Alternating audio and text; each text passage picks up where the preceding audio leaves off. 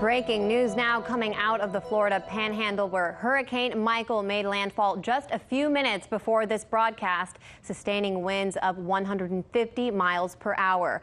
Over 150,000 homes and businesses are currently without power, and that number is expected to rise as I'm speaking to you right now, with millions more in Michael's path.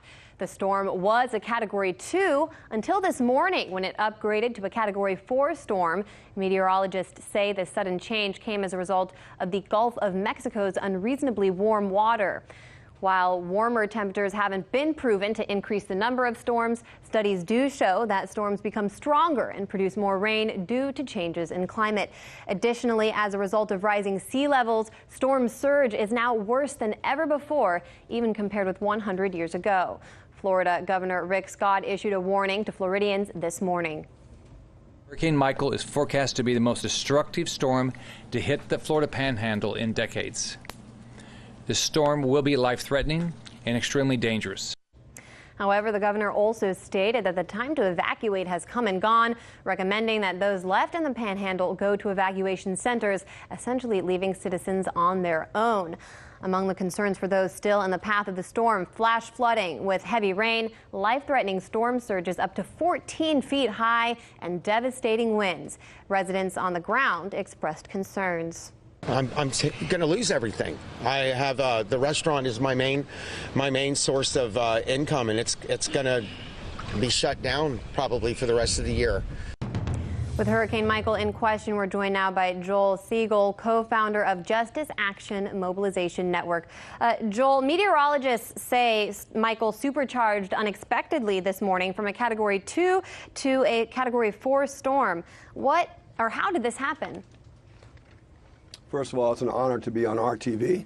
This is we're in a climate emergency, and leading climate scientist Michael Mann and the IPCC has predicted this for years, and President Trump and the Republican-controlled Congress did absolutely nothing but deny climate change existence. Now we have billions of dollars of property, scores of loss of life, and it's real simple. The Earth's temperature has increased due to the burning of fossil fuels. That carbon has gone into the water where it's been absorbed, and the temperature has increased. So has the ocean's surface temperatures increased. When you have a hurricane, it supercharges the hurricane because the energy comes from the warm waters. And unless we go to 100% clean energy, 80% by 2030, the bulk of the transition in 10 years, by 2020, well on our way, what we're seeing will be the new normal. It's irreversible, and that is hurricanes that'll be life-threatening, forest fires, drought, excessive raining due to increased temperatures, more moisture in the clouds. So we're in a global crisis that's only going to be met if we, the people, demand that we get off of fossil fuels and transition to energy such as solar and wind and geothermal. We can't stay on fossil fuels any longer. We're at the breaking point. Climate change is here. And Michael is a storm unprecedented for the Florida Panhandle, so people are certainly pointing that out. But I also want to talk about this issue of red tide. It's this toxic red algae that is now on all three of Florida's coasts. We've covered it a couple times here on In Question. How will this red tide be impacted by the storm? Well, there's two possibilities. One possibility is that the storm will take the red tide, which is it's an algae, a toxic algae, and it'll disperse it further outwards. The second possibility is that the increased rainfall will go over the agricultural spots of Florida and bring in pollution and hog waste, chicken waste, and then actually make it much worse where it already is, which would increase health threats to humans because it's toxic. We'll also have much larger fish kills. So it's going to be either one or the other. If there's a storm surge, then that toxic algae will go into the estuaries, into the canals, and again, threaten more human beings. So it's either going to threaten them by having a larger bloom on the coast. It started on the Pacific coast and went to the Atlantic coast. But either way, it does not look good for that area.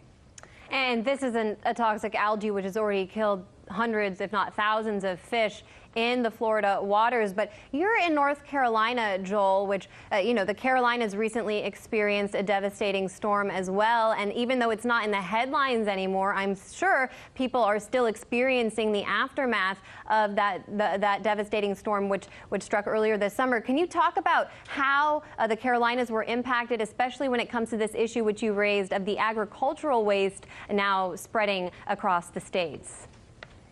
North Carolina is a disaster zone. My own family members in Wilmington, they can't stay in their house. The roof got ripped off. There's water intrusion.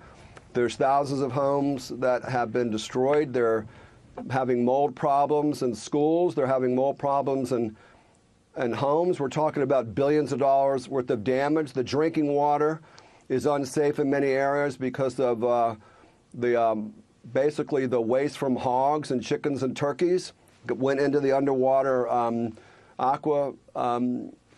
aqua systems, and also the coal ash was dispersed also into the ground. That has mercury.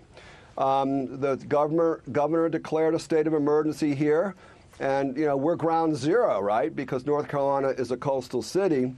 The good news is that we're also #2 in solar production, and we could be #1 in the nation in wind production. If we went to 100% clean energy nationally and globally, North Carolina could be an epicenter of clean energy both in wind and solar. But then our legislature, which is dominated by Republicans, passed a law that said we have a moratorium on wind energy, which is frankly insane. That makes no sense. And then in terms of tax credits for solar, rooftop solar, they're doing away with that. This is so this state's been devastated by a hurricane that was predicted by the great scientist Hansen of the good old NASA government agency that in the 80s warned of all this, and scientists have warned us for years, and we didn't pay attention to science because now we're a nation of climate denialism in science and physics because of Donald Trump and the Republican Congress. So we, the people, have to get organized for 100% clean energy. And it's very, very important to keep in mind, even after these storms pass and they're not covered in the media anymore, people are still reeling with their effects. So Joel Segal, co-founder of Justice Action Mobilization Network, thank you so much. Thank you very much. Have a great day. Hey YouTube, thanks for checking out our channel. We hope you enjoyed the video. We have tons of content for you just like this. For more of RT America's one-of-a-kind news and analysis, be sure to subscribe and never stop questioning more.